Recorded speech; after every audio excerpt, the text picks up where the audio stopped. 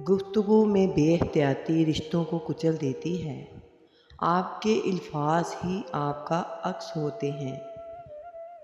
کسی سے اتنی نفرت نہ کرنا کہ کبھی ملنا پڑے تو مل نہ سکو، اور کسی سے اتنی محبت نہ کرنا کہ کبھی تنہا جینا پڑے تو جی نہ سکو۔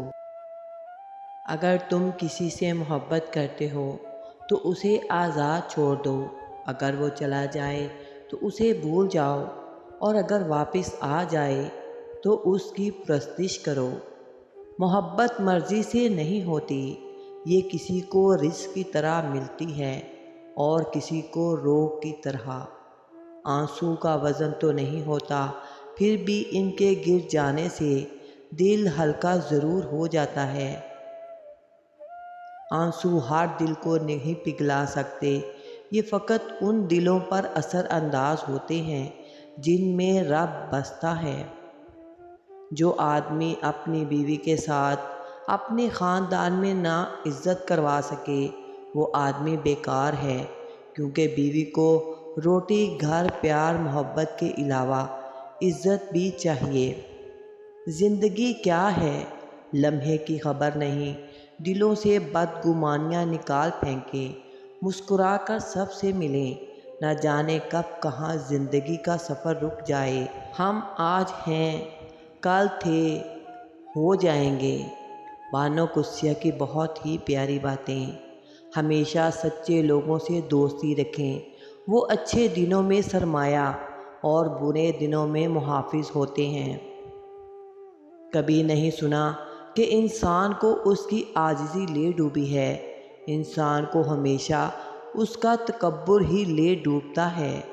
بہت ہی پیاری باتیں۔ صبر کا راستہ مشکل ضرور ہوتا ہے، لیکن صبر کرنے والوں کی منزل بہت خوبصورت ہوتی ہے۔ بانو قدسیہ کی بہت گہری اور دل میں اتر جانے والی باتیں۔ کتابوں کی اہمیت اپنی جگہ، سبق اصل میں وہی یاد رہتا ہے جو وقت اور لوگ سکھاتے ہیں۔ مکافات عمل دستک نہیں دیتی، جو آج تم کرو گے وہی تمہارے ساتھ بھی ہوگا۔ اس لیے لوگوں کی زندگی جہنم بنا کر سجدوں میں جنت مانگنا چھوڑ دو۔ لوگ خود ہی دل سے اترنے والی باتیں کرتے ہیں، پھر کہتے ہیں تم بہت بدل گئے ہو۔ یہ جو تمہیں باہر سے سخت نظر آتے ہیں، اگر تم ان کا دکھ اندر سے دیکھ لو تو پھر تمہیں ان پہ ترس آئے۔ جب تمہیں کوئی بے وجہ رلائے تو تم اپنے آنسو اس یقین کے ساتھ صاف کر لینا کہ زندگی کے کسی موڑ پر وہ تم سے زیادہ روئے گا۔ بے شک اللہ بہترین انصاف کرنے والا ہے۔ کوئی گھر میں بنے لذیذ کھانے میں بھی نقص نکال لیتا ہے، اور کوئی روکھی سوکھی کھا کر بھی رب کا شکر ادا کرتا ہے۔ دولت ایک جھٹکے میں، اور خوبصورتی ایک بیماری میں، اور عزت ایک غلطی سے فنا ہو جاتی ہے۔ اللہ تعالی ہمیں غرور و تکبر سے بچائے، آمین۔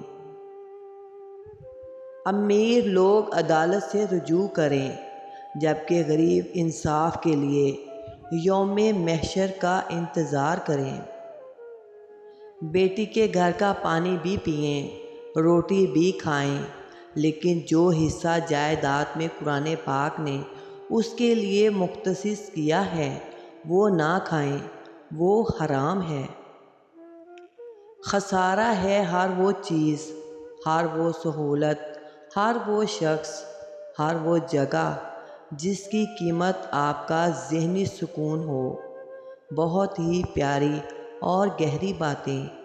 جو شخص کسی دوسرے شخص کا رزق تنگ کرنے کی کوشش کرتا ہے، قدرت کا نظام ہے اس کا اپنا رزق تنگ ہو جاتا ہے۔ کسی بھی شخص کی نیت اور اخلاص کو جانچنے کے لیے ظاہری علامتوں پر بھروسہ کرنا کافی نہیں ہوتا، لیکن بعض علامات اس بات کا اشارہ دے سکتی ہیں کہ وہ شخص مخلص ہے۔ عورت کی مخلصی کو جانچنے کے لیے عمومی طور پر درجہ ذیل نشانیاں دیکھنے کو مل سکتی ہیں۔ بانو قدسیہ کی عورتوں کے بارے میں بہت ہی پیاری اور اچھی باتیں۔ نمبر 1، وہ ہمیشہ سچ بولتی ہو اور کسی معاملے میں جھوٹ کا سہارا نہ لیتی ہو۔ نمبر 2، وہ آپ پر بھروسہ کرتی ہو اور اپنی زندگی کے اہم فیصلوں میں آپ کی رائے کو اہمیت دیتی ہو۔ نمبر 3، وہ اپنی ذمہ داریوں کو سنجیدگی سے لیتی ہو اور اپنی باتوں پر عمل کرنے کی کوشش کرتی ہو۔ نمبر 4، وہ اپنے مفادات کو پس پشت ڈال کر دوسروں کی بھلائی کے لیے کچھ کرنے کا جذبہ رکھتی ہو۔ نمبر 5، وہ اپنے جذبات اور خیالات میں مستقل ہو، یعنی وہ اچانک رویہ نہ بدلتی ہو اور مستقل مزاج ہو۔ یہ نشانیاں کسی کے اخلاص کا ایک ابتدائی اندازہ تو دے سکتی ہیں، لیکن ہر فرد کی شخصیت اور حالات کے مطابق یہ مختلف ہو سکتی ہیں۔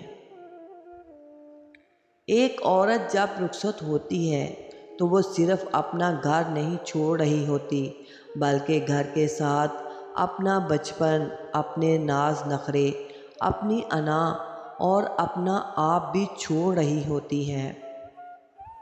بانو قدسیہ کے دل میں جگہ کر لینے والی باتیں۔ بڑے بڑے درویشوں سے زیادہ طاقتور دعا آپ کے والد اور والدہ کی ہے، اور ہم انہیں نظر انداز کر کے کسی پیر بابا، کسی سرکار یا کسی مخدوم کی تلاش کرتے ہوئے زندگی کو غرق کر دیتے ہیں۔